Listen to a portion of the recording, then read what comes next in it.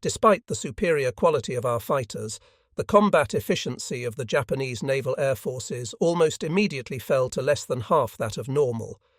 Those planes capable of making the round-trip missions from Rabaul to attack the American forces were rapidly being depleted, and the remaining aircraft types had become one-way mission planes, which meant an ever more rapid deterioration in our strength. It was not until August 21st, when the Army's Ichiki detachment launched its first offensive to recapture former Japanese airstrips, that our naval air forces in this theatre were able to resume attacks in strength against the enemy. We received badly needed reinforcements of both carrier and land-based warplanes, and prepared to launch a sustained aerial assault against the American forces. But the gods of war decreed otherwise. Although the Buka Air Base on the northern tip of Bougainville Island was made available to our fighters and bombers by August 27th, poor weather seriously handicapped our aerial operations. On numerous occasions, Zero fighters took off in dangerous weather and, after reaching Guadalcanal Island, were forced by even worse weather conditions to return to their bases without contacting the enemy. During the 23 days from August 21st to September 12th, just prior to the launching of the Army's first general offensive with the Kawaguchi detachment on Guadalcanal, our ground forces received air support on only 10 days. The terrible weather conditions encountered en route broke up 4 major bombing attacks. During the remainder of the time, the weather was so bad that the planes could not even get off the ground. The troops on the front could only curse and fume at the solid sheets of rain and blanketing fog, while our bombers sank deep in mud at the air bases. For the 23-day period during which heavy air support was needed, Zero fighters flew a meagre total of 237 sorties, and our land-based medium attack bombers made only 312 sorties. Under such conditions, we could not prevent the enemy fighters and bombers from attacking our supply lines. Our communications were savagely bombed and machine-gunned. This aerial interdiction proved fatal. We were unable to transport the minimum quantities of ammunition and foodstuffs required by the Army forces on Guadalcanal. The Army's first general offensive against the invading enemy ended in failure. During the Guadalcanal campaign, the numerical superiority of the enemy warplanes was not so great that it could not have been more than equalized by the superior performance of our Zero fighters. As the battle got underway, the American fighter planes opposing us did not match the agility of the Zero in combat. Nevertheless, the enemy air forces enjoyed a tremendous advantage through their ability to rapidly construct and constantly supply new air bases. As of September 24th, following a month of bitter fighting in the theatre, our actual naval air strength was as follows. The normal complement of aircraft consisted of at least 232 Zero fighters and 180 land-based medium attack bombers, the latter group made up equally of Type 96 and Type 1 bombers. Our fighter strength, therefore, was only 34% of the minimum desired, and medium attack bomber strength only 44% of that deemed necessary effectively to combat the enemy. The Guadalcanal situation demanded action, and the Army planned for another general offensive to commence in late October. Repeated attacks were mounted against enemy forces on the island. 480 sorties were flown by Zero fighters, and 307 sorties by medium attack bombers during the period of September 28th to October 25th. The attacks were pressed with determination, but our air forces failed to strike a decisive blow against the enemy. On the night of October 13th, naval support was brought up in the form of our battleships Congo and Haruna. The 2 heavy warships steamed offshore near an enemy airfield and shelled enemy aircraft and installations with great success. Despite this, our Army's second general offensive, which began the night of October 24th, was crushed by the savage fighting of the enemy defenders. 2 days later, our carrier forces inflicted telling damage on the enemy in the Battle of Santa Cruz. Despite the losses which the enemy sustained, his position remained strong, and recapture of the dreadful Guadalcanal Island appeared more difficult than ever. Our air forces in the Rabaul area were steadily reinforced with new fighters and bombers from Japan, but many of the aircraft we threw into the battle were lost, and therefore represented only a wasted effort. By October 28th, after a month-long struggle with an enemy which fought fiercely, the 6th Air Corps in the theatre could muster a total of only 30 Zero fighters and 66 land-based medium attack bombers. Our airmen fought desperately, but were unable to stem the tidal wave of enemy power. From the beginning of the operation to recapture Guadalcanal, launched by the Ichiki detachment on August 21st, until the termination of the Army's unsuccessful Second General Offensive, air battle casualties for both sides were as follows: seaplane combat not reported. 340 enemy aircraft were destroyed, and 69 aircraft probably destroyed, for a total of 409. Our naval air forces had lost 78 Zero fighters, 42 land-based medium attack bombers, and 54 other types, all either destroyed or missing. Before the Third General Offensive, designed to throw the American forces at Guadalcanal, was launched, the air war had taken a downward course from which there seemed to be little hope of salvation. We were unable to supply the land-based naval air forces in the theatre with sufficient aircraft to maintain more than an average strength of 160 planes in combat at any one time. Although we resorted to desperate measures to build up overwhelming air strength, they were of slight avail. There is little question that, had our air combat forces received adequate support through construction of new air bases and the proper maintenance of existing facilities, we could have destroyed many more enemy planes and ships, and might have influenced the ground fighting in our favour. However, the situation deteriorated steadily as Japanese construction crews seemingly delayed their efforts to build new air bases. As late as September 6, 1942, the Navy had managed to construct only one new airbase, and that was a single installation at Buin on the south end of Bougainville Island, which lies between Rabaul and Guadalcanal. The Army's Third General Offensive, intended to retake Guadalcanal, suffered the same fate as the two previous attempts. 6 months of bitter fighting, during which we had expended many hundreds of planes, warships, the lives of thousands of men, and staggering amounts of material, went for naught. On February 7, 1943, the last troops abandoned Guadalcanal. For our land and surface forces, the period immediately following the evacuation of Guadalcanal came to be a temporary lull in the war. The absence of major action afforded the opportunity for regrouping and strengthening. There was, however, no respite for the naval air arm, which launched large-scale air attacks. The first of a number of heavy air assaults against the enemy was the so-called IGO operation, which was carried out from early to mid-April. The strategic air campaign was under the direct command of Admiral Isoroku Yamamoto, Commander-in-Chief of the Combined Fleet. The land-based air force under the command of Vice Admiral Jinichi Kusaka constituted 190 planes. 160 carrier planes under the command of Vice Admiral Jisaburo Ozawa were likewise thrown into the operation. While the 350 aircraft participating in the IGO campaign represented considerably more strength than had been hurled against the enemy at Guadalcanal, the total number of aircraft was less than that of the Nagumo force, which had smashed Pearl Harbor. Air attacks in strength were directed against Guadalcanal and southeast New Guinea, striking in particular at Port Moresby, Oro Bay, and Milne Bay. 4 heavy raids appeared to have achieved the desired results in destruction of enemy aircraft and ground facilities, but disaster struck even as the new aerial offensive gained in momentum. En route to an inspection trip on the front, flying in a bomber escorted by 9 fighters, on April 18th, Admiral Yamamoto was ambushed over the southwestern tip of Bougainville Island by Lockheed P-38 fighters of the American 13th Air Force, and was killed in the devastating attack. His loss was a severe blow to the Japanese forces. By now it was obvious to all our military leaders that the outcome of any conflict, whether waged on the sea, on land, or in the air, depended upon the ability of our fighters to establish control of the air. Accordingly, requests for air support made by sea and land commanders invariably were for fighter planes, which could guard the sea and land forces against enemy destruction from the air.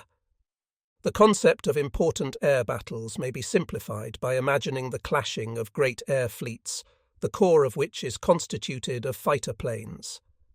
The fighter planes opposing the enemy should be superior in performance and range. Every effort should also be made to ensure numerical superiority, for the difference even of a single fighter can decide the outcome of a major conflict. By the time the IGO operation had been launched, it was obvious that the 4 pre-war predictions concerning a struggle with the United States and Great Britain were to be realized. The insistence of numerous Japanese military and industrial leaders that a war against the United States and Great Britain might well become a prolonged battle with little prospect of victory for a nation of such limited resources as Japan was now assuming ominous reality. In the Guadalcanal campaign, the inability of our navy to replace the Zero fighters lost in combat with the enemy became clear, and this crack in our air power wall spread ever wider as the war progressed. Replacement of Zero fighters on every front was becoming more and more difficult, and never achieved the numbers requested by combat leaders. Japan lacked other fighters in sufficient numbers to replace the Zero, and our air strength was steadily whittled down, even as enemy power gained monstrous proportions. The average monthly output of Zero fighters from April of 1942 through June of 1943 totaled 221 aircraft, even with the combined production facilities of Mitsubishi and Nakajima. A severe handicap of the Guadalcanal campaign was the inability of the Army properly to integrate its air strength into combined operations with naval air units. The Navy should have received support at least to the extent that half of all missions were carried out by Army air power. Unfortunately, this ratio was never attained, partly due to the fact that the majority of operations were conducted over a vast expanse of ocean. Consequently, the Navy's Zero fighters, which were designed for carrier use and originally assigned to fleet divisions, were forced to fight in inferior numbers against all types of fighters and bombers, which were divided into categories consisting of carrier and land-based craft. Float-type reconnaissance planes and Zero observation seaplanes were forced to undertake what were virtually suicide missions. Superhuman efforts were demanded of our pilots because of the insufficient number of Zero fighters. The qualitative superiority of our Navy planes could no longer compensate for the lack of numbers. In June of 1943, the Allied powers resumed their offensives from both the Solomon Islands and New Guinea fronts. The Navy poured hundreds of Zero fighters and Type 1 land-based attack bombers into this decisive theatre in an attempt to destroy the effectiveness of the enemy's air power. But the battle of land-based air forces resulted only in imposing an increasing burden upon our Navy. Our position worsened steadily as American air strength inexorably gained the coveted position for which it struggled so relentlessly. How many of our far-sighted planners and military leaders then arose openly to regret that the air arms of our Navy and Army were not welded into a single coordinated force resembling that of the Americans? This desire for coordinated air control was no mere wish to ease our command structure. The inability of Japanese forces effectively to utilize air power lost us the Gilbert Islands. This bastion fell to enemy hands in late November of 1943, and for precisely the same reason, lack of naval air strength, we lost the key points of the Marshall Islands in February of 1944. This loss seriously threatened our combat potential in the entire Pacific. The effectiveness of the enemy's incessant air blows raised a losing battle to the status of a tragedy. To prevent an almost complete loss of our forces in the Rabaul area, Admiral Minichi Koga, the new commander of the combined fleet, reluctantly ordered all naval air units to abandon Rabaul, the only major airbase in the southwest Pacific opposing the advancing enemy. On February 20th, 1944, our unit, Masatake Okumiya, evacuated the island as the last air unit of the withdrawal, leaving behind only our ground forces. These successive withdrawals from our air bases could be regarded as nothing less than major disasters. Every base which was abandoned meant another enemy advance toward the heart of Japan, and another key point from which the enemy could dispatch his far-ranging bombers. Each airbase lost involved not only ground installations taken over by the Americans, but a never-to-be-regained loss in our ability further to resist the enemy. Furthermore, those ordering the hasty withdrawals from advanced airbases often overlooked and abandoned the numerous maintenance crews. Men whose skills represented the experience of many years were deserted, despite desperate rescue operations undertaken by plane and submarine in remote jungle facilities. Thus, we lost forever their ability to contribute to subsequent air operations. This loss became increasingly evident as the enemy's pressure mounted. The absence of these invaluable mechanics and maintenance crews greatly affected our operations. Maintenance suffered disastrously, and mechanics rushed through hasty training programs proved woefully inadequate for their tasks. Our already enormous difficulties were increased by the fact that mechanics with little experience were forced to work on aircraft which had been rushed through expanded production lines. On too many occasions, pilots and aircrew members fell prey to enemy guns because vital plane parts failed in the crucial moments of combat. We were faced with a vicious circle of attrition for which there appeared to be no solution. The shortage of new fighter planes meant that we must often send our best pilots into combat with worn and damaged planes. Their chances of survival against an enemy whose strength was growing daily were thereby greatly lessened. As enemy attacks and our own deficiencies placed a steady drain on our fighting strength, the Americans were free to strike and fight at their discretion. Although the Navy still possessed the two monster battleships Yamato and Musashi, each of nearly 74,000 tons gross weight, and each mounting 9 18-inch guns, we were forced carefully to husband our strength for only the most critical battles. The hunters had become the hunted. The Guadalcanal Campaign, evaluation of American warplanes. The first formidable opponent which the Zero fighter encountered was the four-engined Boeing B-17 Flying Fortress. Before the war, 35 of the heavy bombers were reportedly deployed on Luzon Island, but the majority of these planes were destroyed on the ground before the war was yet a full day old.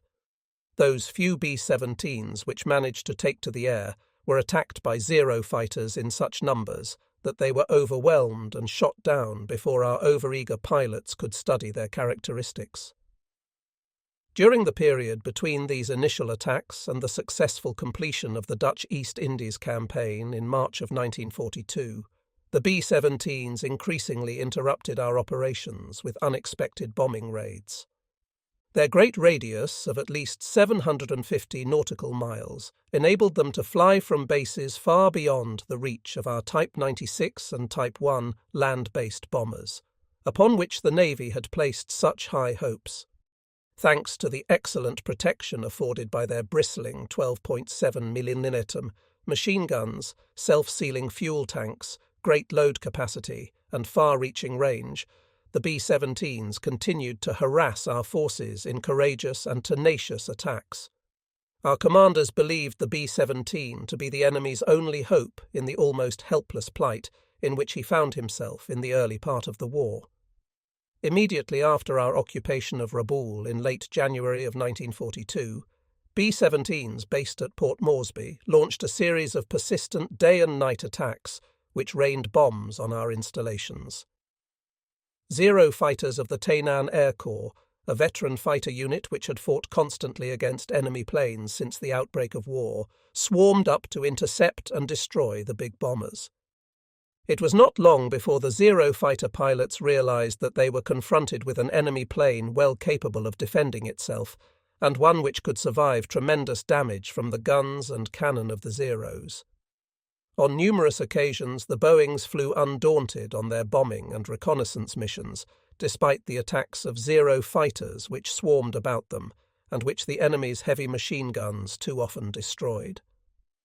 Flying fortresses on reconnaissance discovered the Japanese invasion convoy bound for Port Moresby in May of 1942.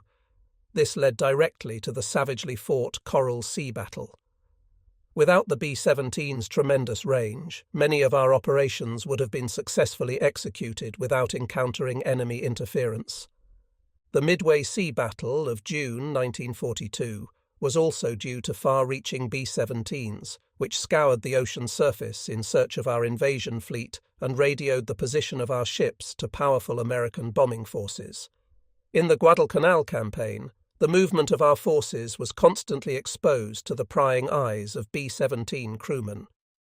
We came to learn that it was almost impossible to conceal our activities within 700 nautical miles of any base which might harbour flying fortresses, and within 800 nautical miles of bases from which consolidated Vultee B-24 Liberator bombers might take off. The B-17s and B-24s seemed almost to ignore the intercepting Zeros as they flew into any area of their choice. Sun, the great Chinese strategist, once wisely said, "Those who know the enemy as well as they know themselves never suffer defeat." This historical statement was never proved truer than by the probing missions of the B-17 and B-24 bombers, which endowed the Americans with a tremendous advantage in the far-flung Pacific War. For years, the Japanese Navy had followed a strategic concept laid down by tradition, that a small Japanese force could achieve victory over superior enemy strength only so long as we were informed of the enemy's strength and movement, while ours remained hidden. With the B-17s and B-24s thundering constantly over our ships, airfields, and staging areas, the situation was reversed. We were in the position of the traditional enemy and handicapped by the same limitations we had always regarded as the opponent's weakness. Placed in the uncomfortable position of having our every movement fully known to the enemy, we were compelled to discard plans long prepared and resort to the application of mass strength and force in battle. The strength of quantity could well outweigh the value of quality in a modern war in which new pawns could be hurled into the theatre of decision as rapidly and as long as the accumulated reserves would permit, especially in sea and air conflicts where the machine, not man, played such a decisive role. Mechanical strength in overwhelming quantity also had a direct bearing on the fighting ability of ground troops, whose fate in the Pacific War depended solely upon marine transportation and supply. By September of 1942, the reconnaissance mission flying B-17s and B-24s had become a grave problem, and the Japanese Navy tried every possible means of destroying the troublesome raiders. With the Guadalcanal campaign in full swing, our fighter pilots became desperate, but failed to achieve any notable advance in increasing the number of destroyed American bombers. Only overwhelming numbers of Zero fighters could destroy the enemy marauders, and there was little hope that we might acquire fighter planes with heavier firepower than that of the Zero. Although the B-24 lacked the protection of the B-17 in total number of defending guns and other characteristics, the two airplanes were unique in their ability to defeat enemy fighter attacks. Neither Britain, Germany, nor Japan produced bombers capable of protecting themselves as well as the fortresses and liberators. We believed that the heavy American bombers, with their great defensive power and amazing aggressiveness in battle, stemming from a great national strength and a national policy which at all times proved itself to be aggressive, were fundamentally responsible for the defeat of Germany and Japan. Before we could unearth a satisfactory solution to the problems presented by the flying fortresses and liberators, we faced another dilemma with equally severe consequences. This was posed by the Army's twin-engined Lockheed P-38 Lightning fighter planes. Although the American Curtiss P-40 Tomahawk and Bell P-39 Airacobra fighters featured high diving speeds, and the Navy's Grumman F-4F Wildcat exhibited good maneuverability, their general performance failed to measure up to that of the Zero. Like these fighters, the P-38s first used in combat against the Zeros appeared to lack any distinctive features other than speed at great altitude and a very high diving speed. The strange Lightnings made their combat debut in the Solomon Islands during the fall of 1942. Soon they were appearing in ever-increasing numbers, often challenging our Zero fighters. To the great delight of our pilots, the P-38 pilots would attempt to dogfight with the Zeros, which managed to shoot down many of the enemy planes. It was obvious, from contrast with later combat, that the Americans had not as yet learned the most favourable characteristics of the big, heavy P-38, and that the airplane was at first more misused in combat than properly flown. Before long, however, the painful lesson of burning P-385 changed the situation. The Americans soon adopted new tactics which made the most of the P-38's superior performance at high altitude. Once the enemy pilots became aware of the Zero's poor high-altitude performance and its inability to dive at great speed, we were faced with an enemy of terrifying effectiveness. It was no longer possible for the Zero fighters to successfully engage the P-38s, except under the most unusual conditions, which, unhappily, seldom presented themselves. The P-38s would patrol at extreme height, above the altitude at which the Zeros could fly.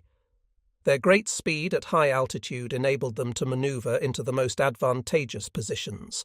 Then the big fighters would plunge from the sky to smash into the hapless Zero fighters.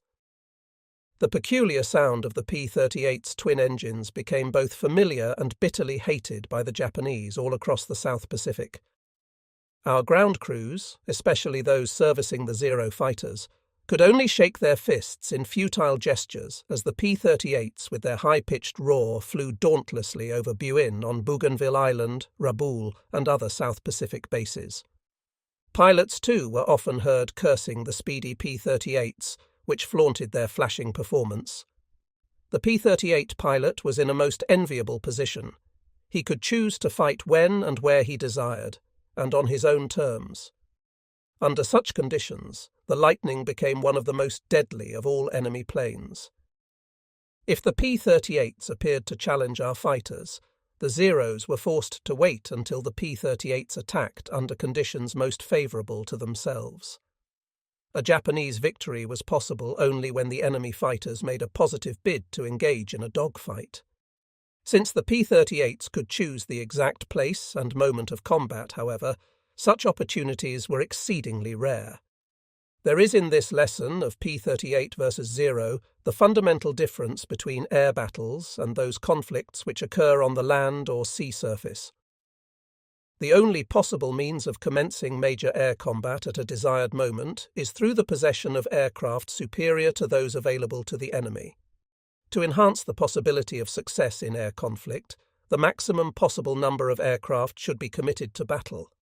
Since the Japanese Naval Air Arm had made long and assiduous preparations toward achieving qualitative and numerical superiority long before the outbreak of war, it was possible to satisfy these two prerequisites in the early fighting. Before long, however, the enemy was rapidly whittling down the quantitative superiority, and, 1 year after the war had begun, the qualitative superiority was hanging by a thread and was fast disappearing.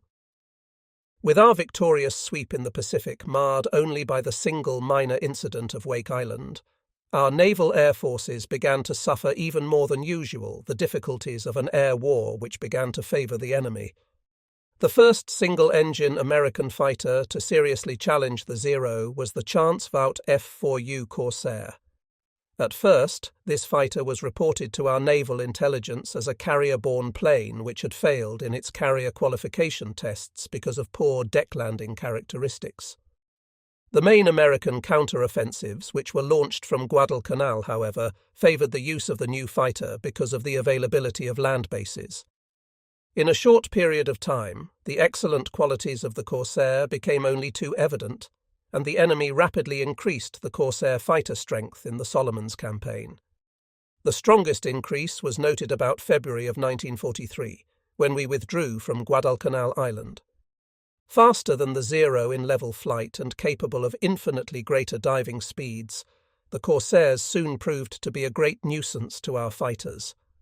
So long as the number of Corsairs in any particular dogfighting engagement was not too great, the Zero fighters managed to cope with the enemy planes.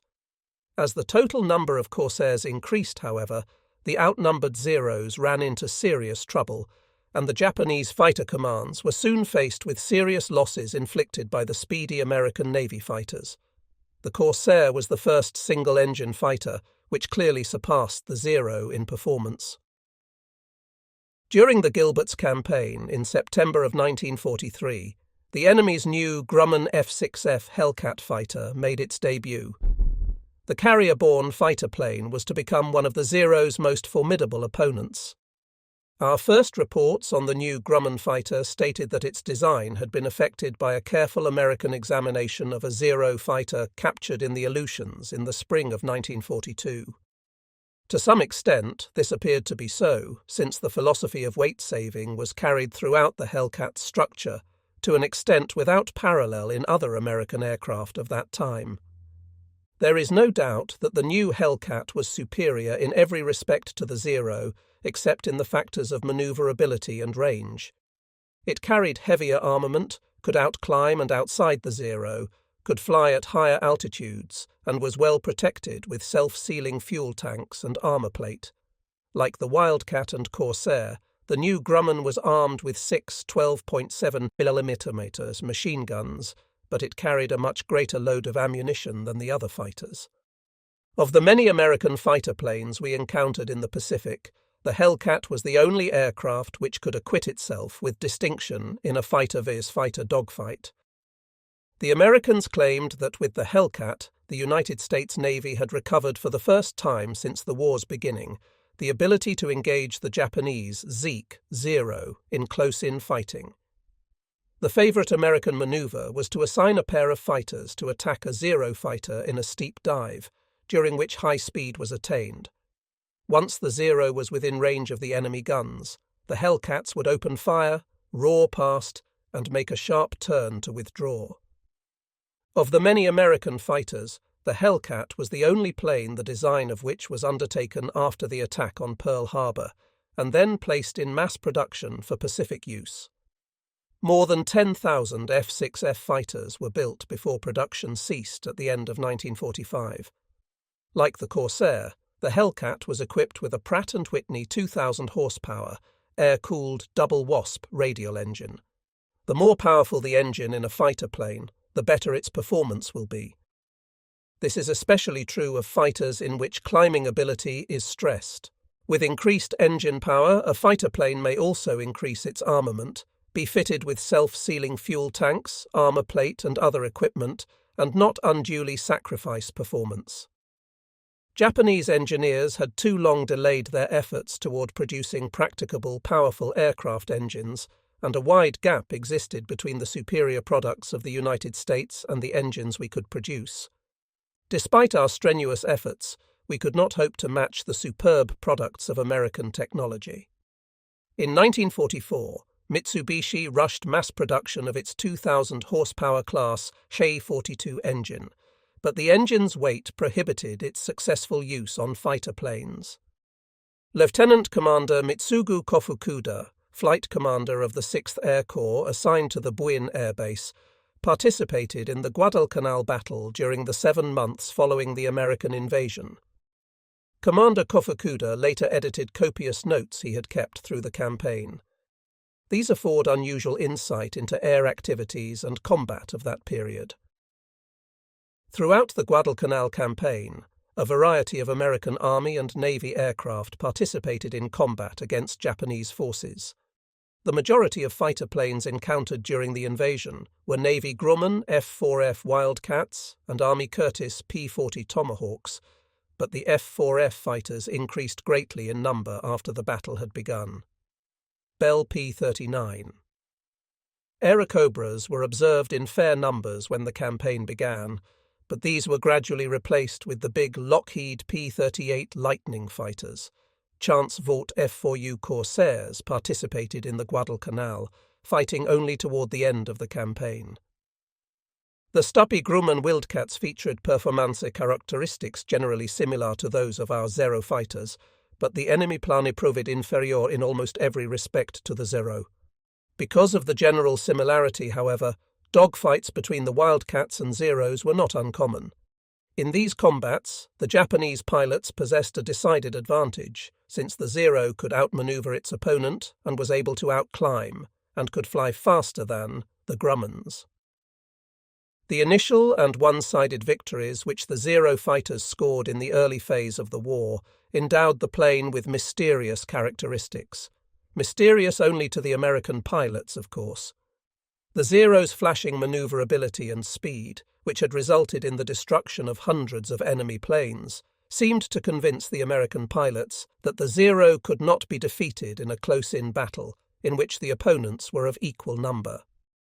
In fact, our pilots reported that when an enemy fighter plane force sighted a Zero formation of equal strength, it usually would refuse to join combat and would flee.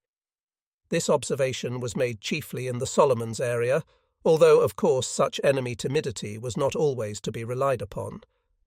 On many occasions, courageous enemy pilots would not only dive in to attack our formations when they were of equal strength, but would not hesitate to assault our fighter and bomber formations, even when heavily outnumbered. However, there was no denying the fact that our pilots enjoyed absolute confidence in their ability to always emerge victorious from an air battle in which enemy and friendly forces were of equal number.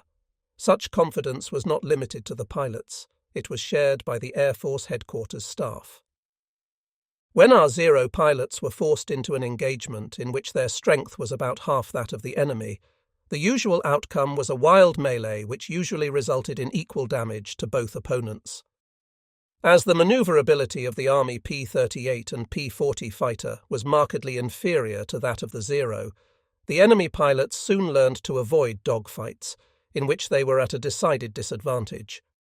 While the P-40 possessed approximately the same maximum speed as the Zero, it lacked the rate of climb of our fighter and could not hope to match the Zero in close combat. The P-40 pilots therefore took advantage of their superior diving speed and almost always resorted to shoot and retreat tactics. Thus, the P-40s usually refused combat unless they possessed the advantage of altitude, which enabled them to dive into the Zero formations with blazing guns and race away at a diving speed beyond that possible for the Zero. Soon after their introduction to combat, the big, heavy P-38 fighters learned to take advantage of their excellent high-altitude speed and performance and of their superior diving speed. They adopted the tactics of diving from high altitude, slashing into the Zero formations with their heavy machine guns and cannon, and zooming upwards in a climb no Zero could hope to match. Taking every advantage of their superior high-altitude performance and high speed, they were rarely caught in a position in which they could be forced to engage in close-in fighting. It appeared to be a rule of the P-38 pilots not to fight with a Zero fighter at less than 300 miles per hour, at which point the Zero suffered from sluggish aileron action. On some occasions, P-38 formations would descend from their usual great altitude in high-speed formation dives. The initial attacking wave scattered the Zeros. Other formations would follow from their vantage points to rip through the disorganized Zero fighters, inflicting unexpectedly heavy losses. Single-engined bombers encountered in the Guadalcanal campaign were the Navy's two-seat Douglas SBD Dauntless dive bombers and the three-seat Grumman TBF Avenger torpedo bombers. Twin-engined bombers included the Army's North American B-25 Mitchells and Martin B-26 Marauders. The Zeros sometimes caught Navy Consolidated Vultee PBY Catalina flying boats. Although this is no reflection on their respective combat capabilities as bombers, none of these aircraft proved difficult opponents for the Zero fighter. The four-engined B-17 and B-24 bombers were, generally speaking, the most difficult enemy aircraft for the Zeros to shoot down. Because of their excellent self-sealing fuel tanks, they were extremely difficult to set afire with the Zero's 20mm cannon shells. Our fighter pilots soon learned that the B-17s and B-24s could rarely be destroyed unless the pilots or vital parts of the aircraft were hit and rendered useless. The fierce resistance with which the heavy American bombers opposed our fighters, unlike that of our own land-based medium attack bombers, which too often fell easy prey to enemy fighters, was a most serious problem. In my opinion, which is shared by many Japanese combat officers, the ability of the B-17 and B-24 to defend themselves and carry out their intended missions despite enemy fighter opposition was the deciding factor in the final outcome of the war. A considerable number of these bombers fell prey to our Zero fighters, but their destruction was accomplished only after persistent and merciless attacks, usually at high cost to our own fighters. A survey of our air combat operations against these bombers indicates clearly that they were rarely destroyed by the conventional attack of only a few fighters. As the war progressed, the ability of these bombers to defend themselves became almost unbelievable. Their defensive firepower, speed, operational ceiling, and ability to absorb the punishment of our fighters constantly astonished Japanese pilots. By the time the Boeing B-29 Superfortress appeared on the combat front, we had achieved great strides in increasing the firepower of our fighters and interceptors. However, even these steps came too late, for the B-29 represented a remarkable advance over the tough B-17, and we were unable to keep pace with American engineering developments. Another factor soon entered into the capacity of the enemy's heavy bombers to flout our air defences. When the B-29s finally appeared in large numbers over the Japanese homeland, the quality of our fighter pilots had deteriorated disastrously. New pilots were unable effectively to press home their attacks on the enemy bombers, which soon began to run rampant over our cities. Had Japan developed such bombers as the B-17, I believe the war would have taken a different course. We did not have a single warplane comparable to these aircraft, and Japanese forces paid a heavy price for this lack. As was demonstrated by the qualities of the Zero fighter and the Type 1 land-based medium attack bomber, our aeronautical engineering standards had been raised to a high level. No one can deny, however, that our engineers and airmen, when comparing our bombers to those of the enemy, keenly felt the difference, the great difference, in the national strength of America and Japan. In all fairness to our aeronautical industry, there was a marked difference in the strategic concepts evolved by Japan and the United States, with a wide gap between the two nations' emphasis on the self-protection of large aircraft.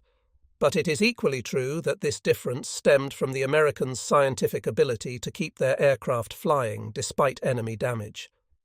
Developing this characteristic to its ultimate in World War II, they were able to send their unescorted bombers on missions deep within Japanese territory, secure in the knowledge that, despite our best efforts, they stood an excellent chance of returning to their home bases. Author's note: Japan had suffered serious losses in combat with the Type 1 land-based medium attack bomber, the G4M1, which was wryly nicknamed the Type 1 lighter by its crews because of its highly inflammable qualities. When the bomber was revised into the G4M2 modification, the company designers and Navy engineers concentrated their efforts toward increasing the plane's flight range and completely neglected any attempt to improve the bomber's ability to survive enemy firepower. It is no exaggeration to say that this action constituted one of our Navy's greatest technical blunders in the war, a mistake which was comparable to our strategic errors in the disastrous Midway and Guadalcanal operations, in that the continued high loss of the Type 1 bombers to enemy guns seriously affected the final outcome of the war. Tactics of enemy aircraft. During the Guadalcanal campaign, the enemy held to a policy of not committing his air forces to battle before attaining a local superiority of strength. These tactics appeared to hold true whether land, sea, or air forces were involved. In the air battles between opposing fighter-plane formations, the enemy invariably refused to join, in combat unless he enjoyed numerical superiority. When confronted with a superior number of Zero fighters, he refused to engage, lest he sustain unnecessary losses. As a result, our fighter pilots were forced to take great risks when committed to battle, while the enemy based his fighter tactics upon conditions most favourable to his success. This peculiar situation resulted from the fact that, when the enemy chose to fight, he invariably did so when we were outnumbered. The enemy pilots left our men little opportunity to evade combat, for when they did engage the Zeros, the outnumbered Japanese pilots were forced to fight desperately to survive against the numerous American fighter planes. Another marked difference in the tactics of both opponents was to be found in the aerial weapons with which their respective fighter planes were armed. The United States mounted the heavy 12.7mm machine gun with a high rate of fire in almost all their warplanes, while the Zero carried 2 light machine guns plus 2 20mm cannon. The wing cannon had a relatively low firing rate, but were designed to destroy an enemy aircraft with 1 or more hits. This weapon was indispensable to the Zero, which had been designed from the outset to contend with both enemy fighters and bombers. Base construction capacity. A world of difference existed between the ability of the Japanese and Americans to construct air bases in the combat theatres. Basically, we relied upon primitive manpower to clear jungles and pound out airstrips for our planes, while the Americans literally descended in a mass mechanical invasion on jungle, coral and rock to carve out their airbase facilities. This difference in method undeniably and seriously affected the air operations of both belligerents, much to the benefit of the Americans. The construction of adequate airbase installations facilitated rapid and large-scale movement of the enemy's air forces, thus contributing directly to a great increase in his combat strength in any theatre of action. Moreover, the vast and numerous bases gave the enemy the capacity to maintain large groups of interceptors in the air, and deny Japanese bombers the opportunity to destroy enemy planes on the ground. It was obvious that the ability of American engineers to establish air bases wherever and whenever they chose, while Japan struggled against the limitations of primitive methods and a lack of material and engineering construction skill, must affect the final outcome of the war to no minor degree in favor of the United States.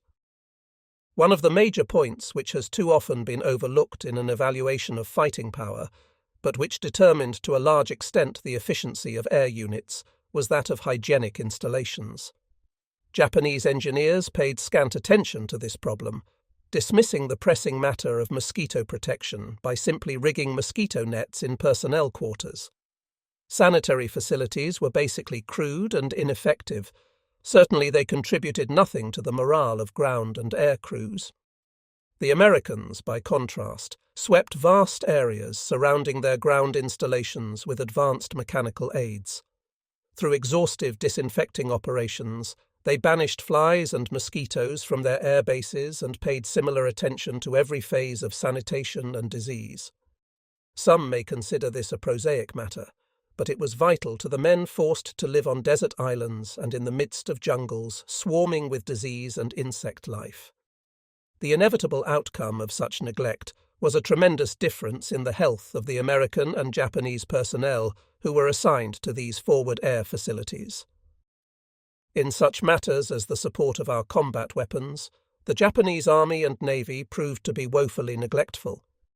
It was a classic blunder for which we paid dearly. Disease and insect plagues can hinder air operations as effectively as enemy attack. The Navy, of course, made some attempts to organize mosquito prevention and disease prevention units, but only on a small and insignificant scale. Even the efforts to expedite the construction of forward air bases with mechanical devices achieved little success. It was impossible to accumulate in only a few months the knowledge and experience which the Americans had gathered over many years. To our distress, it became evident that our military and government leaders had never really understood the meaning of total war. Japan lacked the knowledge and the means with which to integrate its national resources into the most effective war machine, while these officials often spoke of total war. Today it is clear that their knowledge of such matters was sorely limited, and that their enthusiasm was confined largely to vocal efforts.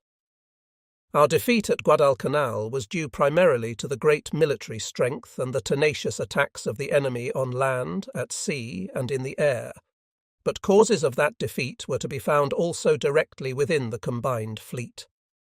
The primary failure on our part lay in the utter lack of a fixed policy for the construction of island air bases. Even in the Philippines and the Dutch East Indies, when our forces swept aside enemy resistance in the opening attacks of the war, we established a policy of constructing air bases so that no more than 300 nautical miles would separate these installations. Even when our planes were required to fly over open water, our airbase distances did not exceed 380 nautical miles, as between Kendari and Kupang.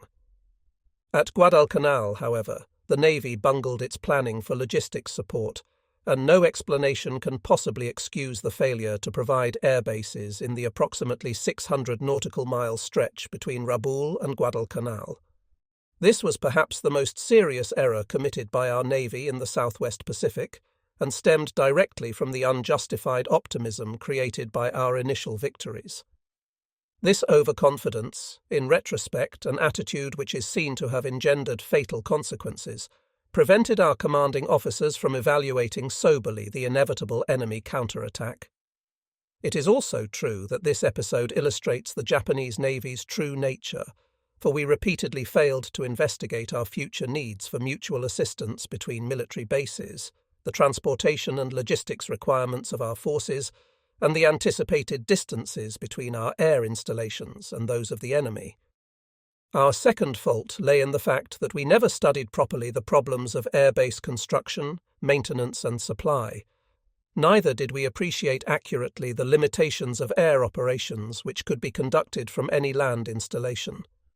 Despite our overwhelming initial successes, we literally ignored the priceless advantages afforded us in respect to the time in which we had to enlarge existing bases, to construct new facilities, and to determine to the last pound the supply requirements for our bases.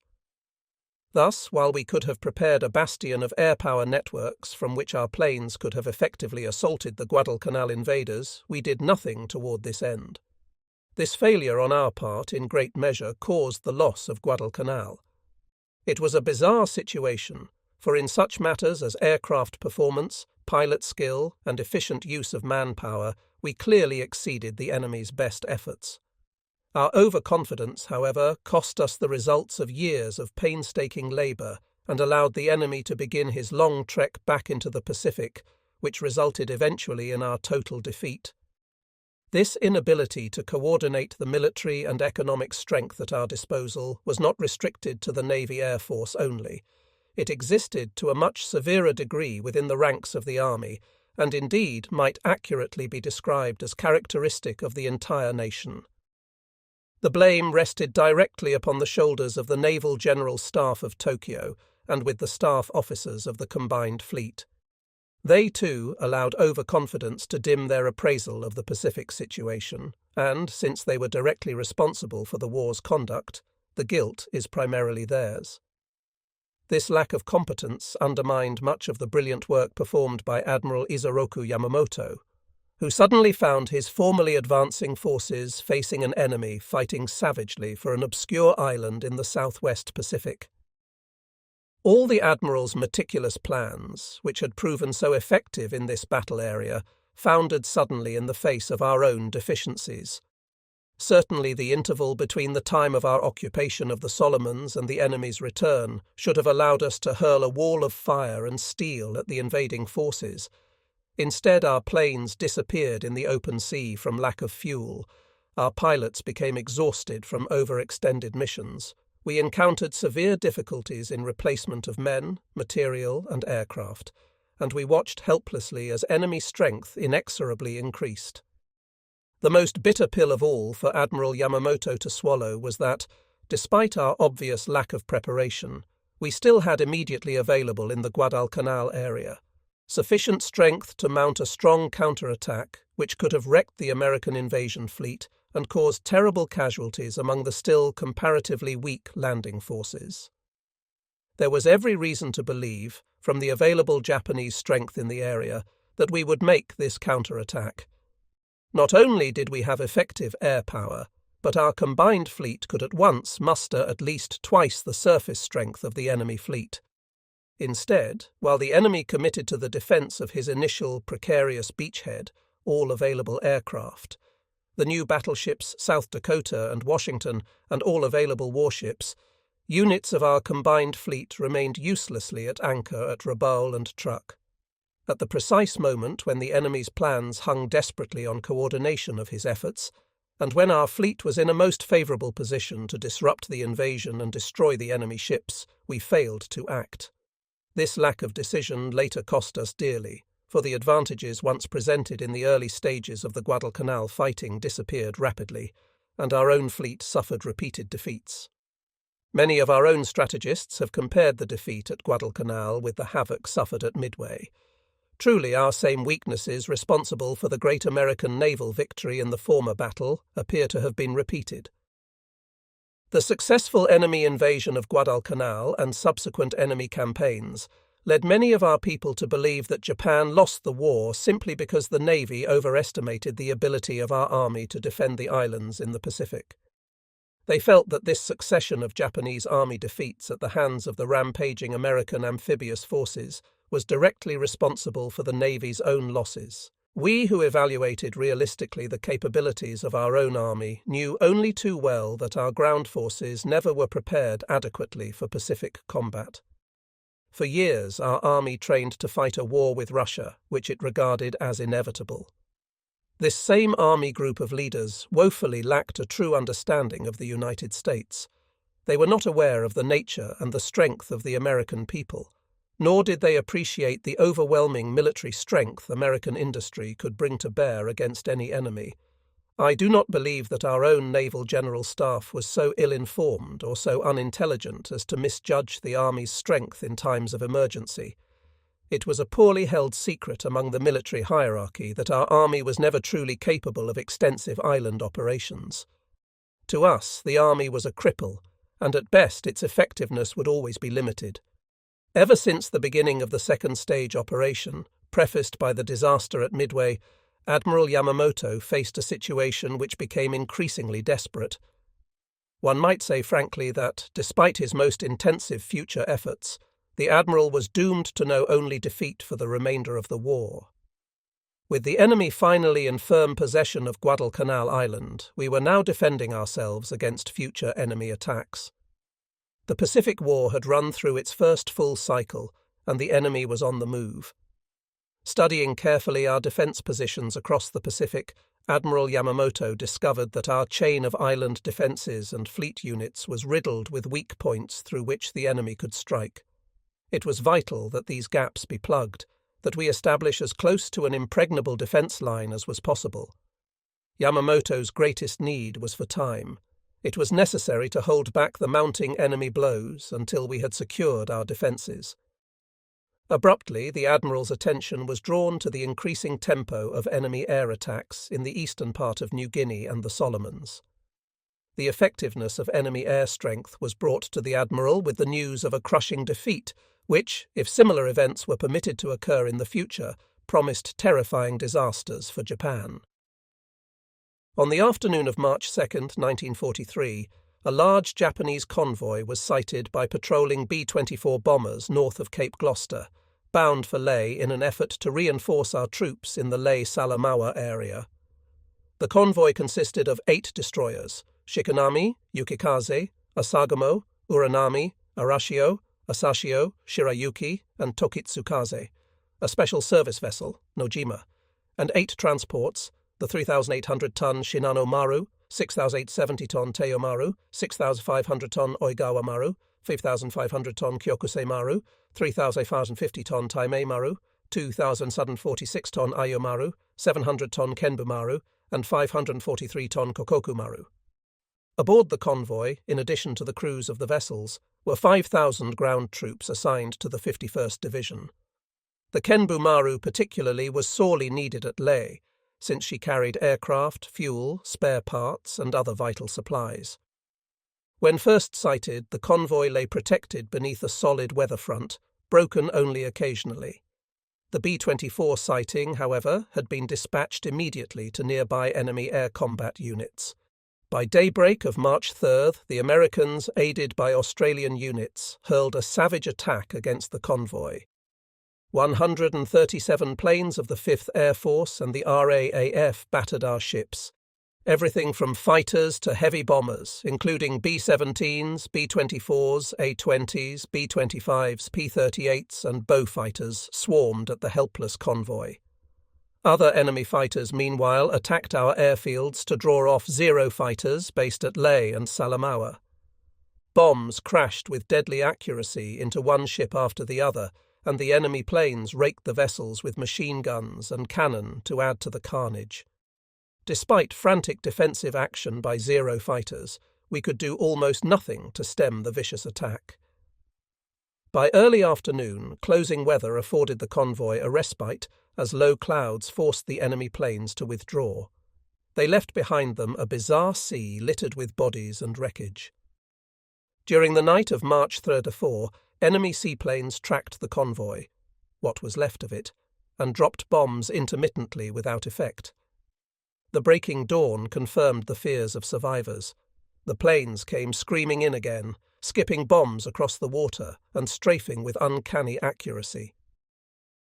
By now the convoy lay some 60 miles east of Salamaua, but the weather no longer favoured the ships, and the enemy fighters and bombers ran a shuttle from New Guinea bases to Huon Gulf to maintain the attack. Steadily the convoy dwindled as the ships went down. During the night, enemy torpedo boats raced through the convoy and sent a torpedo crashing into a cargo vessel which had been lying dead in the water. The ship went down at once.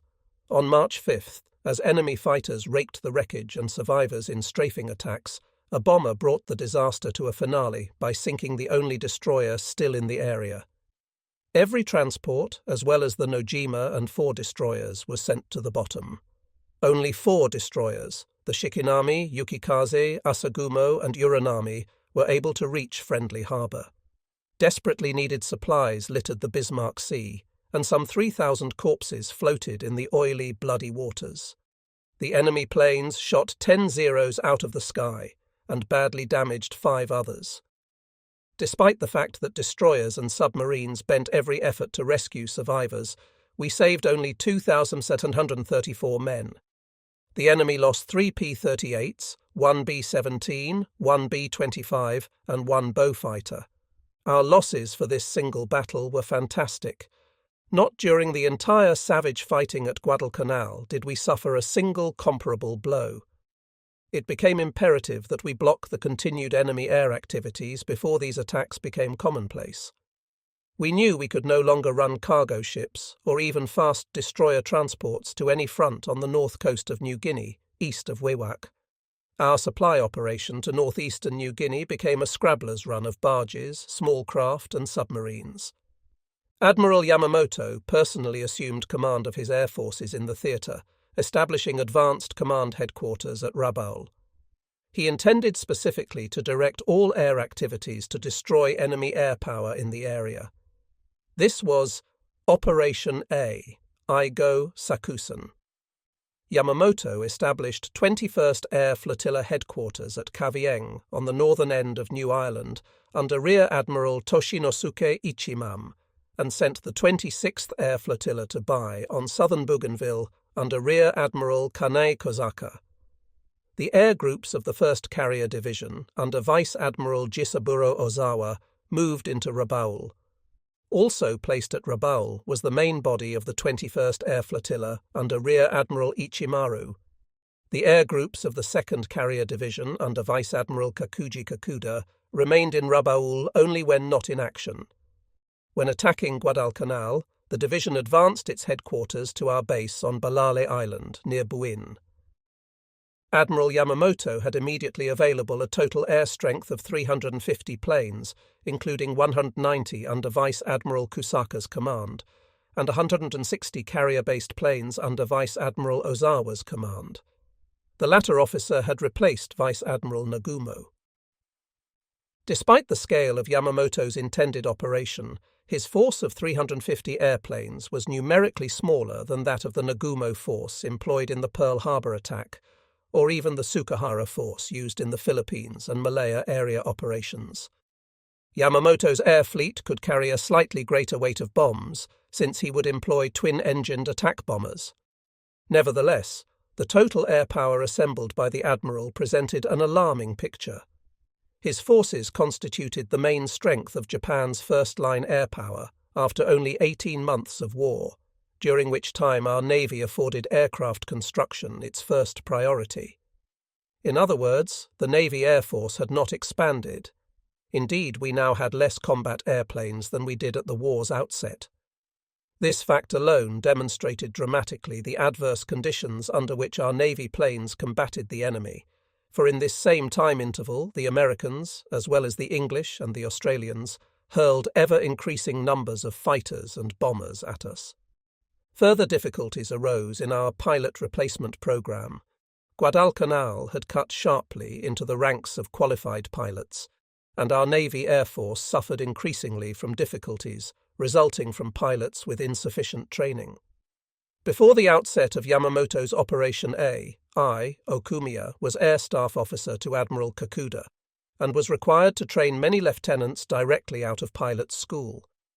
These men had behind them barely 30 days of carrier training, and our veteran air leaders hesitated to send the fledglings into combat against the aggressive and experienced American pilots. Not only did we fear for the safety of these new pilots in combat, but many had great difficulty merely in properly flying their fighters and bombers. More than once this lack of experience cost us our invaluable warplanes, as the unqualified pilots skidded, crashed, and burned on takeoff. Admiral Yamamoto hoped that his personal presence in the Rabaul area would spur his instructors to bring these student pilots to a point where they could fly against the enemy with some chance of survival. On April 7, 1943, the attack began in full force. Our planes in heavy strength raided a concentration of enemy vessels anchored at Guadalcanal. On the 11th, we attacked enemy shipping at Oro Bay and Hervey Bay on the east coast of New Guinea. On the 12th, our planes raided the Port Moresby airfield, and on the 14th we attacked the Milne Bay airfield on southeast New Guinea, as well as enemy ships within the harbour. Pilots' reports of the 4 heavy raids indicated that we had inflicted severe damage on the enemy, and intelligence officers reported to Admiral Yamamoto that we sank 1 cruiser, 2 destroyers, and 25 cargo and transport ships, shot down in air combat 134 planes, and wrecked others in ground attacks, which severely damaged 4 enemy air bases.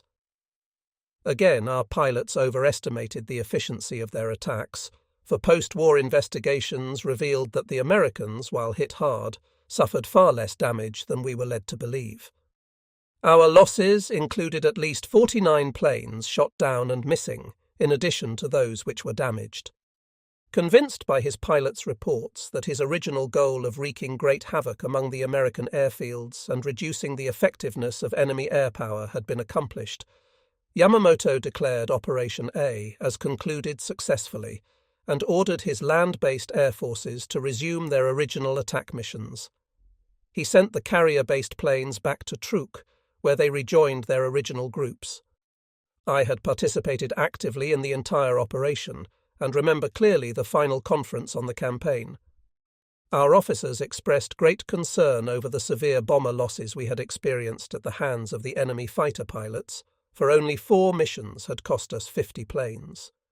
No other action could have demonstrated so effectively the fact that the Americans were now matching and exceeding the performance of our own aircraft. The meeting concluded in a pessimistic air. We could anticipate only expanding enemy air strength and an ever-increasing drain of our own air power. The demands of Operation A disorganized the 1st Carrier Division's air groups, which was ordered to return to Japan for reorganization, new aircraft, and extended training. To compensate for the loss of the 1st Carrier Division's planes, Admiral Kakuda regretfully split into 2 units his own 2nd Carrier Force, assigning half his strength to Truk and the remainder to the Marshall Islands. As Commander-in-Chief of the combined fleets, Admiral Isoroku Yamamoto held the unreserved respect and admiration of every man who served under him. Neither the debacle at Midway nor the shock of the Guadalcanal defeat marred the confidence of his men in the Admiral.